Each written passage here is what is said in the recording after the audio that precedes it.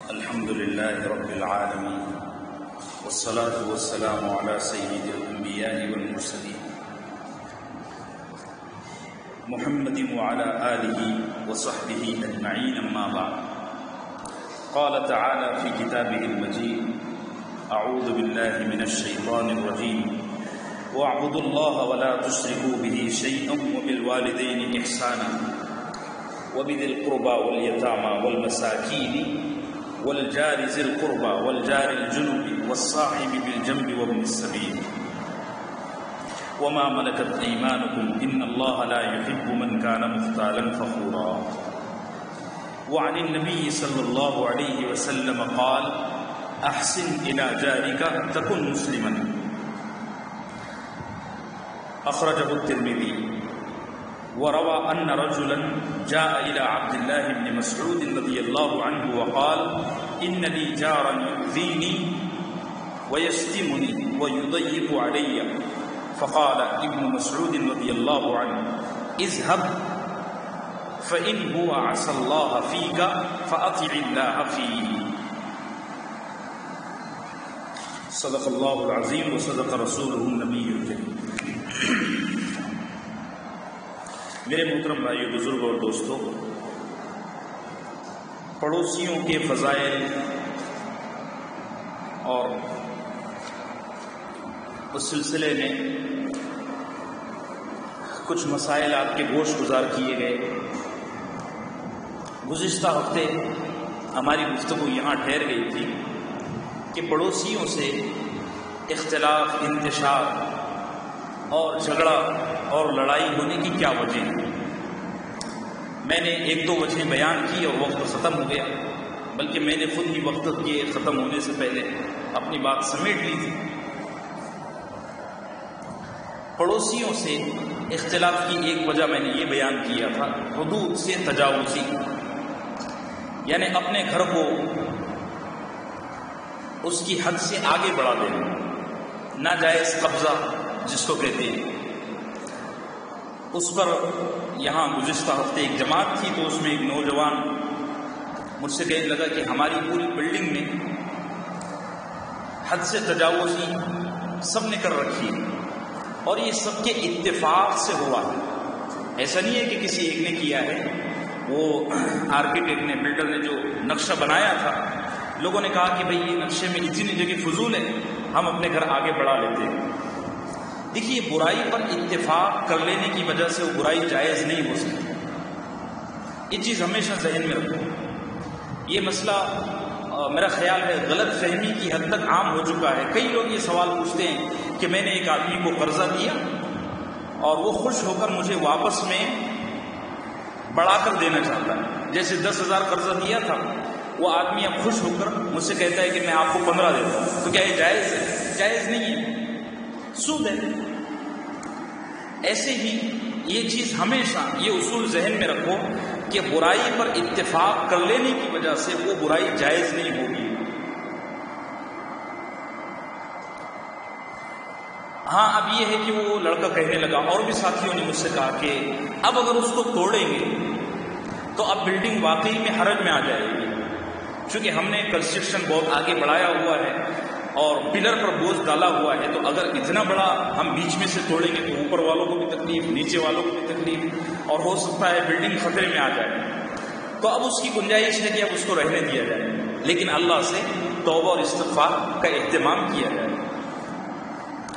انتشار کی ایک وجہ میں نے یہ عرض کیا تھا، اور یہ بھی ذہن میں رکھنا چاہیے کہ صرف اپنے مکان کو اینٹوں اور بالکانیوں سے آگے بڑھانا ہی تجاوز نہیں ہے. گھر کا سامان سڑک پر لا کے رکھ دینا یہ بھی ناجائز تجاوز ہے. جیسے میں نے عرض کیا، جوتے چپلوں کی بڑی الماری ہے، وہ آپ نے لا کے رکھی ہوئی ہے پیسے جو، وہاں سے گزرنے والوں کو تکلیف ہوتی ہے، ان کا سامان نہیں گزر پاتا. اگرچہ کہ کوئی کچھ بولتا نہیں ہے، لیکن گزرنے والوں کو جب جب تکلیف ہوگی تب تک آپ کو بدوا لگے گی، اور یہ ناجائز ہے. خیر، حد سے تجاوزی یہ ہے کہ جہاں تک ہمارے لیے جائز ہے اتنی حد کو ہم استعمال کریں، اس سے آگے اپنا سامان نہ رکھیں. اور اگر کچھ وقت کے لیے رکھنا ضروری ہو جائے تو سب کی اجازت سے رکھیں کہ میرے گھر میں کام چل رہا ہے، مہمان آئے ہوئے ہیں، مکان تنگ ہے، آپ اجازت دیں تو میں اپنے یہاں سامان رکھوں 2-3 دن کے لیے وغیرہ وغیرہ. ایک سبب. دوسرا سبب پڑوسیوں میں انتشار اور اختلاف کا، جھگڑے کا، بدگمانی کو میں نے بیان کیا تھا اور اس کی بڑی تفصیل بھی عرض کی تھی. تیسرا سبب ہے مال کا غرور. تیسرا سبب کیا ہے؟ مال کا غرور. اور حضرت مفتی محمد شفیع صاحب رحمۃ اللہ علیہ نے اس پر ایک چیز کا اضافہ کیا. وہ فرماتے ہیں مال کے غرور کے ساتھ ویسٹرن کلچر کو اپنانا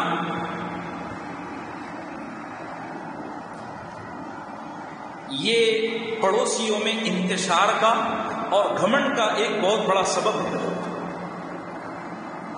حضرت مفتی شفیع صاحب رحمۃ اللہ علیہ نے اس پر تفصیل لکھی ہے کہ پہلے ہم انڈیا سے، وہ دیوبند میں رہتے تھے، پھر انڈیا تقسیم ہوا، پاکستان چلے گئے. تو کہتے ہیں کہ ہم لوگ پاکستان آئے تو کراچی میں ہمارا ایک غریب کالونی میں مکان تھا. وہاں سارے غریب لوگ تھے. کوئی بیمار ہو جاتا تو 10 گھر کے لوگ اس کے گھر میں آ جاتے دیکھنے کے لیے، خدمت کے لیے وغیرہ وغیرہ. پھر کہتے ہیں کہ مجھے پاکستان میں ایک بڑے عہدے پر ملازمت ملی، اچھی خاصی تنخواہ ہوئی.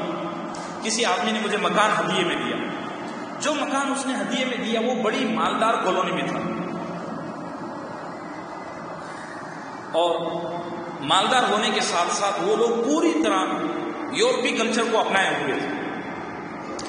اخباروں میں یہ خبریں آپ نے عام طور سے دیکھی ہوگی کہ لندن میں ایک خاتون ہے اور اس کا ایک خاوند ہے، مکان میں دونوں فوت ہو گئے، 20 دن تک کسی کو پتہ نہیں کب سے یہ مرے. ایسی وہاں عام وارداتیں. تو کہتے ہیں کہ میں جب وہاں رہنے کے لیے گیا اپنی بیوی بچوں کے ساتھ مالدار کالونی میں، وہ سارے کے سارے مغربی تہذیب کو اور ویسٹرن کلچر کو اپنائے ہوئے تھے.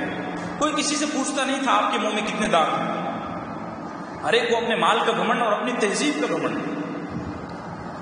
اور ذرا سا کسی نے کچھ کیا تو وہ اس پر چڑھ جائے، حالانکہ بات معمولی ہے، اور جھگڑا کر کے وہ یہ بتانا چاہتا تھا کہ میں اتنا مالدار ہوں.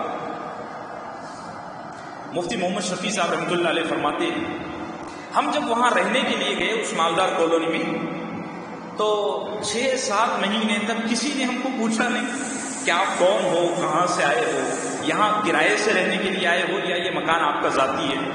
کہتے ہیں کہ میں بڑا پریشان ہوا اور مجھے گھٹن ہونے لگی.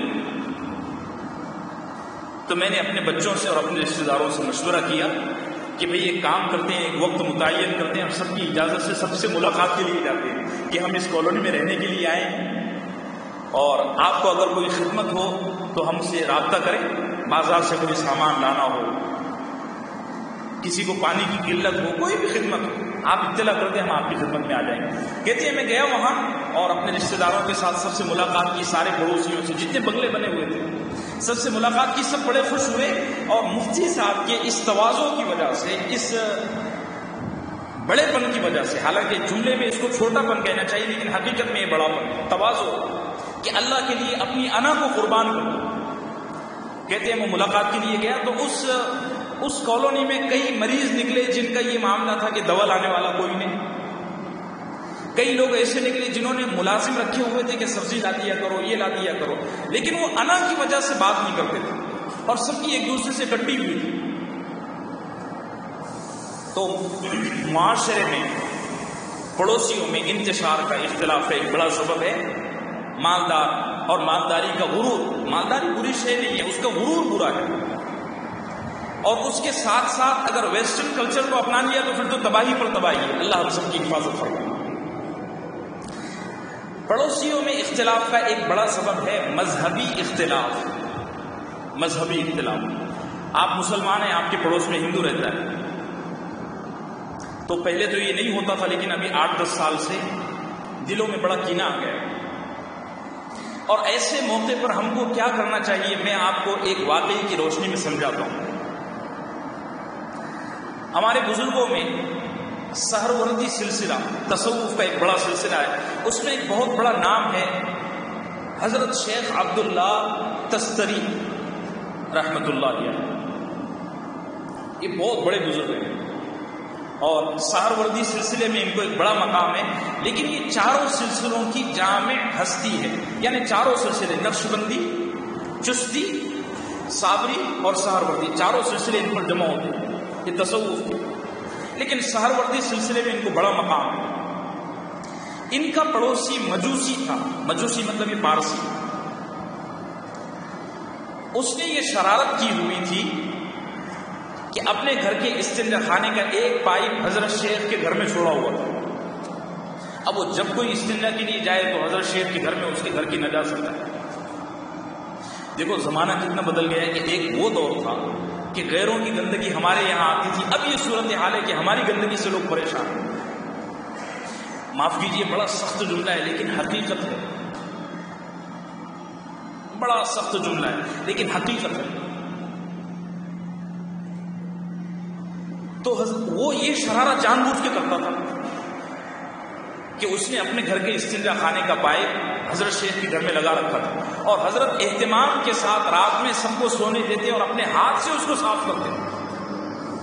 اتنا بڑا، یہ میں کہہ رہا ہوں مجھے بھی بڑا مزہ آ رہا ہے اور آپ سن رہے ہیں آپ کو بھی مزہ آ رہا ہے، لیکن جب عمل کی باری آتی ہے نا تو اچھے کے قدم ڈگمگا جاتے ہیں۔ اللہ ہمارے لیے آسان فرمائے۔ دعا تو یہ کرنا چاہیے اللہ ایسا پڑوسی دے ہی نہ، لیکن اگر قسمت سے ایسا ہو گیا نا تو اس کو برداشت کرو۔ حضرت شیخ رات میں اٹھ کے سارا استنجا خانہ اپنے ہاتھ سے صاف کرتے اور وہ ساری گندگی لے جا کر پھینکتے۔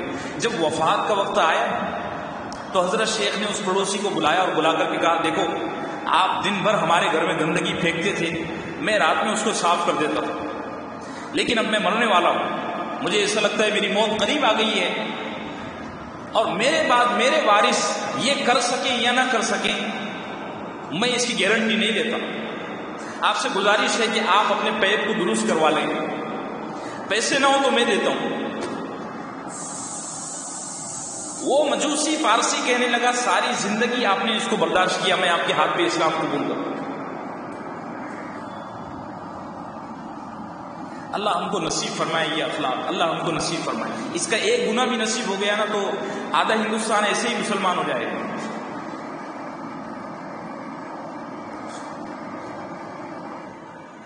تو کبھی یہ ہوتا ہے کہ آپ کے پڑوس میں غیر مسلم ہے یا بریلوی ہے یا کوئی دیوبندی ہے تو اس کے پڑوس میں دیوبندی آ گیا، بریلوی آ گیا، یا اہل حدیث آ گیا یا شیعہ آ گیا، تو اپنے مسلکی اختلافات کو بالائے طاق رکھ کر، وہ مولانا طارق جمیل صاحب کا بڑا پیارا جملہ ہے، مسلکی اختلاف کو بنیان رکھو اور انسانیت کو کرتا بناؤ۔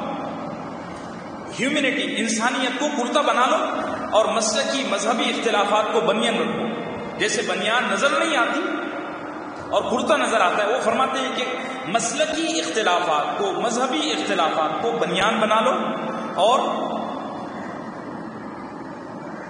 جو انسانیت ہے، جو اخلاقیت ہے، اس کو اپنا کرتا بنا لو۔ دیکھو دنیا میں کیسا آرام اور راحت اور اسلام کا وجود عظیم ترین ہو جائے گا۔ اللہ ہم کو نصیب کرے۔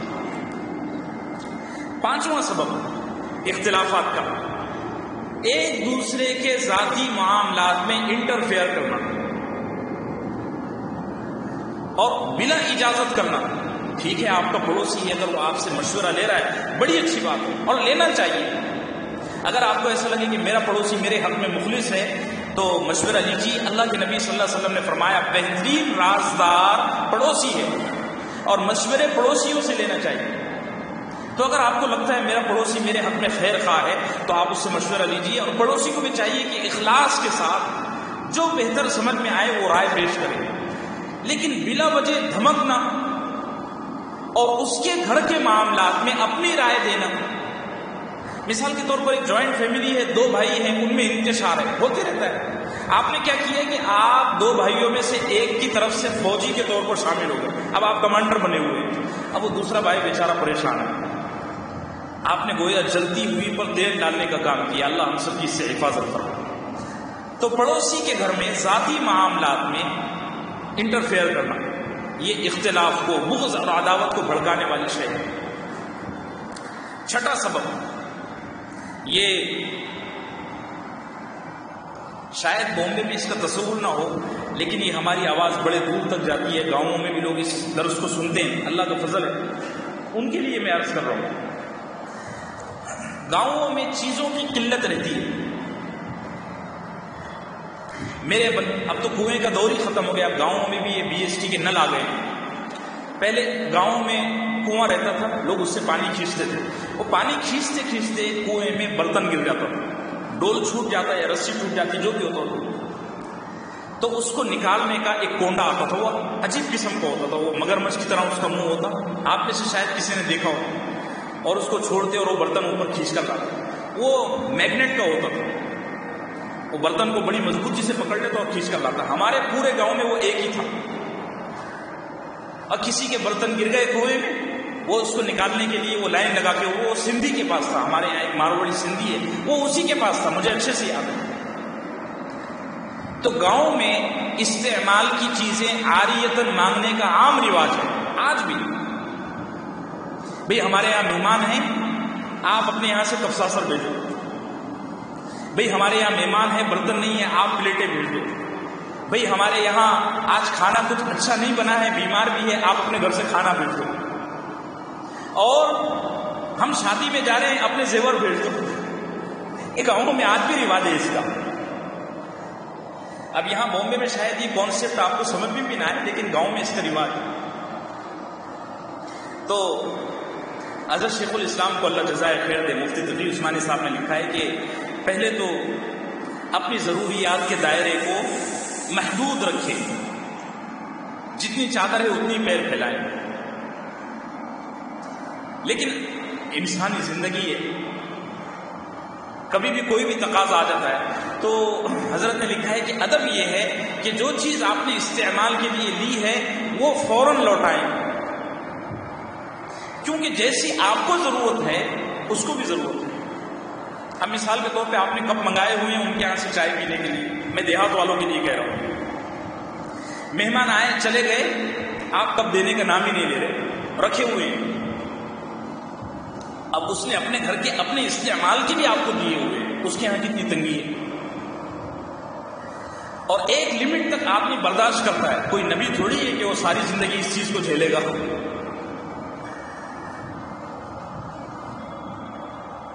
اور مہنگی چیزیں تو نہ مانگی جائیں، جیسے میں نے کہا زیورات استعمال کے مانگتے ہیں، یہ کیا ضرورت ہے؟ خواتین میں خاص طور سے مرض ہوتا ہے، ہم وہاں جا رہے ہیں فنکشن میں، آپ ہمیں یہ دے دیں وہ دے دیں، کیا ضرورت ہے؟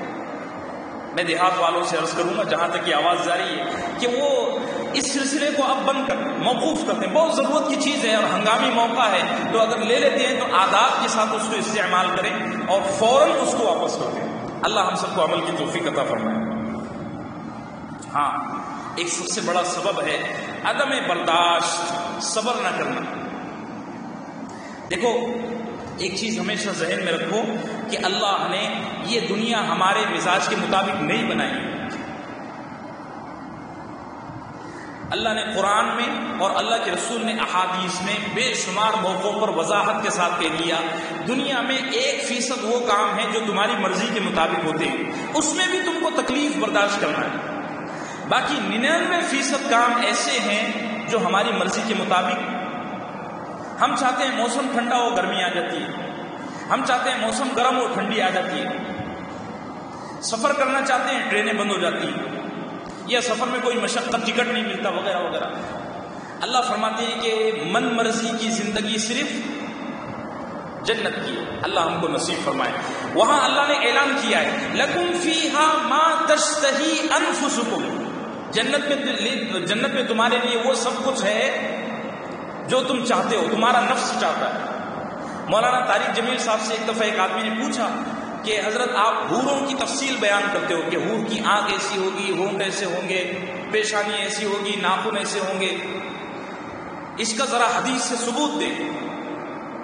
تو حضرت نے فرمایا حدیث تو کیا، میں قرآن پیش کر دیتا ہوں۔ وہ بڑا حیران ہوا کہ یہ کہاں ہے؟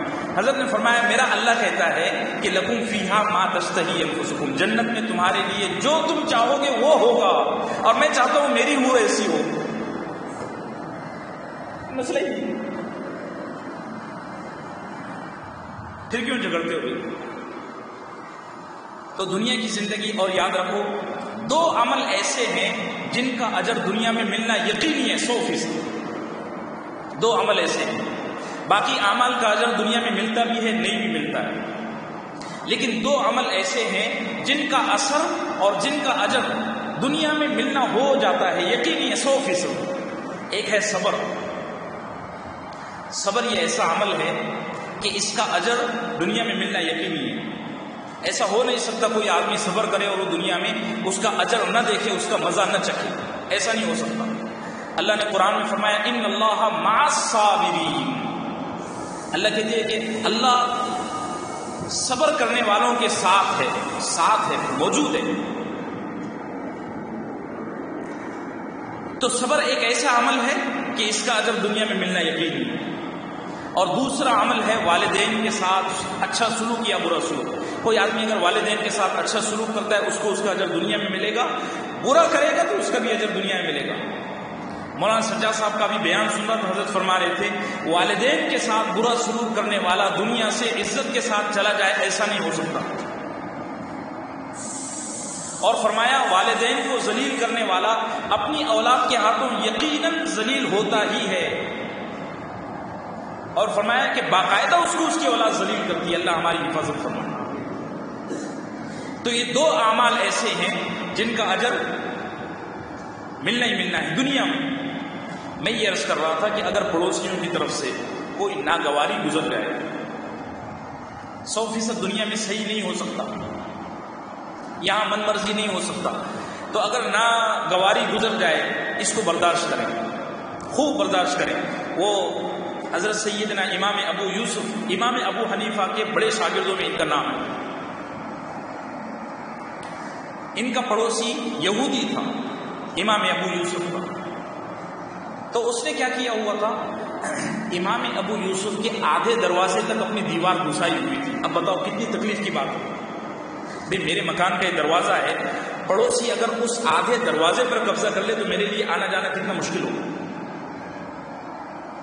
امام ابو یوسف نے، اب مولوی کی حیثیت ہی کیا ہوتی ہے، امام صاحب نے اس کو بلا کے فرمایا بھائی دیکھو آپ کا دروازہ میرے دروازے میں آدھا گھسا ہوا ہے، مجھے نکلنے میں اور آنے جانے میں بڑی تکلیف ہوتی ہے.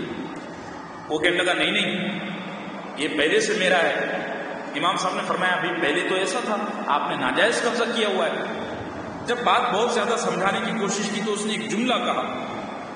وہ کہنے لگا جس دن تو بادشاہ کی پالکی میں بیٹھ کر آئے گا VIP پروٹوکول کے ساتھ، اس دن میں دروازہ خالی کر دوں گا. اس دن میں دروازہ خالی کر دوں گا. اب امام ابو یوسف نے سمجھا اب اس سے کیا جھگڑ کے فائدہ، جانے دو، گھر سے نکلنے کا ہی مسئلہ ہے، کسی طرح آدھا نکل جائیں گے. حضرت امام صاحب نے 20 سال صبر کیا. کتنا 20 سال، کچھ نہیں بولے اس کو. ایک دن ہارون رشید نے اپنی بیوی سے کہا کہ اگر تو چاند سے زیادہ خوبصورت نہیں ہے تو تجھے 3 طلاق. بادشاہ لوگوں کی عجیب عجیب چوٹلے ہوتے ہیں. اب جو درباری بیٹھے ہوئے تھے انہوں نے کہا حضرت آپ کی بیوی چاند سے زیادہ خوبصورت نہیں ہے. خوبصورت ہے لیکن چاند سے زیادہ تو خوبصورت نہیں ہے. لہٰذا آپ نے اپنی بیوی کو جذبے میں آ کے طلاق دے دیا. اور یاد رکھو ہر طلاق دینے والا طلاق دینے کی بات پچھتاتا ہے. طلاق دینے سے پہلے بڑی غیرت، بڑی انا، بڑا جذبہ، لیکن جہاں طلاق دیا وہاں وہ مفتیوں کے چکر کاٹتا ہے. حضرت کوئی گنجائش ہو تو نکال دو. اب ہارون رشید نے طلاق دیا. بڑی چہیتی بیوی تھی، زبیدہ نام تھا. نہر زبیدہ آپ نے دیکھا بھی ہوگا، مینا سے بغداد تک بنائی گئی تھی. تو بڑا پریشان ہوا، میں نے اپنی بیوی کو طلاق دے دیا اور بادشاہ نے طلاق دیا تو پورے ملک میں بدنامی ہوگی. تو اس نے کہا کہ علماء کو بلاؤ. سارے علماء کو بلایا گیا، سب نے کہا طلاق ہوگی. یہاں تک کہ امام شافعی کے شاگرد تھے امام مزنی، وہ اس وقت زندہ تھے، وہ سب سے عمر دراز تھے. ان کو بلایا گیا، انہوں نے کہا طلاق تو ہوگی، آپ کی بیوی چاند سے زیادہ خوبصورت. تو ہارون رشید کو خیال آیا کہ امام ابو حنیفہ کا کوئی شاگرد اگر زندہ ہو تو اس کو لاؤ. لوگوں نے کہا ایک آدمی ہے وہ فلاں گاؤں میں رہتا ہے، بڑا غریب ہے، اور وہ امام ابو حنیفہ کا بہت خاص شاگرد تھا. امام ابو یوسف کو لایا. اور بٹھایا گیا, پوچھا گیا کہ بھئی میں نے اپنی بیوی سے ایسا کہا, کیا طلاق ہوئی؟ امام ابو یوسف نے بغیر سوچے سمجھے ایک لمحے میں کہہ دیا طلاق نہیں ہوئی. اب سارا مجمع حیران ہوا, علماء بیٹھے ہوئے کہنے لگے بھئی یہ مولوی نہیں بات کرتا ہے, طلاق تو ہو گئی, اس کی بیوی چاند سے زیادہ خوبصورت نہیں ہے. امام ابو یوسف نے سر اٹھایا اور فرمایا اگر میں قرآن سے ثابت کر دوں تو سارا مجمع کہنے لگا تب تو ہم مان لیں گے, قرآن تو ہمارے لیے سب سے بڑا سورس ہے. امام ابو یوسف نے فرمایا دیکھو سورہ والتین پڑھو, والتین والزیتون وطور سینین وہذا البلد الامین. آگے کیا ہے؟ لقد خلقنا الانسان فی احسن تقویم. اللہ فرماتے ہیں ہم نے انسان کو کائنات میں سب سے زیادہ خوبصورت پیدا کیا. اس میں چاند بھی آ گئے, ستارے بھی آ گئے, سورج بھی آ گئے. تو امام ابو یوسف نے فرمایا اللہ کہہ رہا ہے کہ ہر انسان چاند سے بھی زیادہ خوبصورت ہے, تو بادشاہ کی بیوی تو ماشاءاللہ ویسی ہی خوبصورت ہے. اس سے ثابت ہوا کہ طلاق. اب بادشاہ بڑا خوش ہوا, کہنے لگا بھائی یہ آدمی معمولی نہیں ہے, اس کو VIP پروٹوکول کے ساتھ بھیجو. دیکھو میں یہ بتا رہا تھا کہ صبر کا اجر دیکھو. کبھی امام ابو یوسف نے 20 سال پہلے سوچا بھی نہیں ہوگا کہ میں بادشاہ کے VIP پروٹوکول میں گھر میں آؤں گا اور گھر سے جاؤں گا. وہ ہارون رشید کہنے لگا وہ تو بڑا بادشاہ تھا, 68 لاکھ مربع میل اس کی حکومت تھی. وہ کسی بادل کو دیکھتا تھا نا تو دیکھ کر کہتا تھا کہ تو کہیں بھی برسے گا نا, تجھ سے اگنے والا غلہ جو بھی ہوگا اس کا ٹیکس میرے پاس آئے گا. اور ایسا ہوتا تھا. بغداد سے لے کر روس تک اس کی حکومت تھی, یہ ادھر مشرق کے علاقے میں. اتنا عظیم بادشاہ. وہ بڑا خوش ہوا, اس نے کہا کہ بھئی یہ معمولی آدمی نہیں ہے, اس کو VIP پروٹوکول کے ساتھ گھر بھیجو. امام ابو یوسف رحمۃ اللہ علیہ کو جو ہے تو بڑی شان شوکت کے ساتھ بگی میں جو بگی میں بادشاہ بیٹھتا تھا اس میں بٹھایا گیا, واپس بھیجا گیا. جب ان کی گلی میں وہ بگی انٹر ہونے لگی اور فوج جانے لگی تو امام ابو یوسف نے کہا بھائی ٹھہر جاؤ, مجھے میرا 20 سال پرانا چٹلا پورا کرنا ہے. اور امام صاحب رحمۃ اللہ علیہ نے یہودی کے گھر پہ دستک دی اور فرمایا دیکھو تو نے مجھ سے کہا تھا کہ جس دن تو بادشاہ کی بگی میں بیٹھ کر آئے گا اس دن میں یہ دروازہ میرا پیچھے لوں گا. آج میں بادشاہ کی بگی لایا ہوں, آپ خالی کر دیں. میرے عزیزو, ہمارے یہاں اصل میں پڑوسیوں میں جھگڑا ہو رہا ہے بچوں پر. میرے پڑوسی ہیں اس میں کوئی نہیں, میرے پڑوسی ہیں, ان کے چھوٹے چھوٹے بچے ہیں. میرے آرام کا وقت ہوتا ہے بچے دروازہ ٹھوکتے ہیں, کیونکہ میرے بھی گھر میں بچے ہیں, ان کو کھیلنا ہوتا ہے میرے بچوں کے ساتھ. وہ میرے پاس آتے ہیں بار بار بڑی شرمندگی کے ساتھ, بڑی عزت کے ساتھ کہ مولانا ہمارے بچے آپ کو دروازہ ٹھوکتے ہیں, آپ کو تکلیف. کیا تکلیف ہے؟ بچے کی خوبصورتی ہے وہ شرارت کرے گا, عورت کی خوبصورتی ہے ٹیڑھا پن, بچے کی خوبصورتی ہے شرارت. بچہ اگر شریر نہ ہو تو پھر وہ بچہ ہے ہی کہاں؟ وہ تو 80 سال کا آدمی ہے. وہ 80 سال کا آدمی جس کی ہر ہڈی نرم ہو جاتی ہے وہ بیٹھا رہتا ہے. اور حضرت تھانوی رحمۃ اللہ علیہ فرماتے ہیں جو بچے کی شرارت پر غصہ ہو سمجھو یہ آدمی متکبر ہے. کتنی عجیب بات ہے, جو بچوں کی شرارت پر غصہ ہو سمجھو یہ آدمی متکبر ہے. حضرت نے 10-12 علامتیں لکھی ہے تکبر کی, کبھی موقع آئے گا بولوں گا.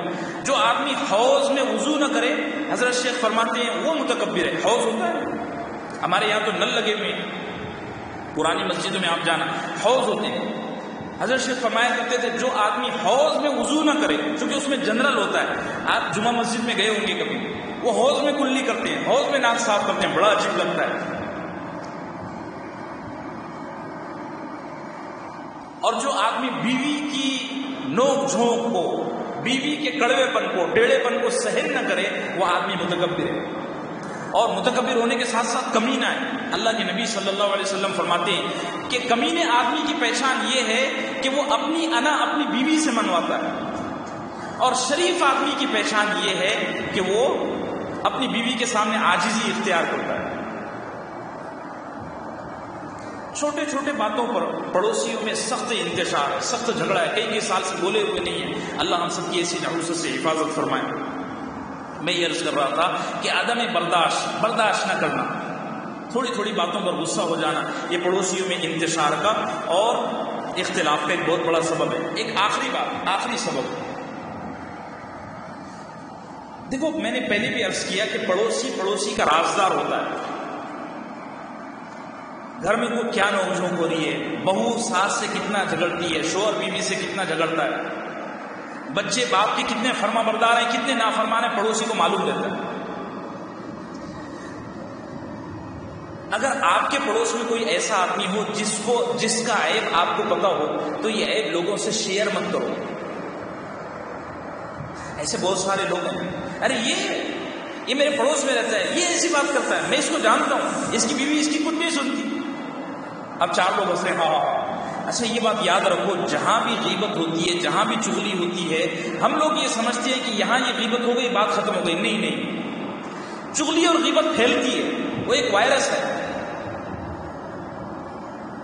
ایک آدمی نے ایک آدمی سے کہا بھئی فلاں آدمی ایسا ہے کہ کسی کو بولنا مت، وہ دوسرے کو بولے گا، اور بول کر کیا بولے گا؟ کسی کو بولنا مت۔ وہ تیسرے کو بولے گا کیا؟ کسی کو بولنا مت۔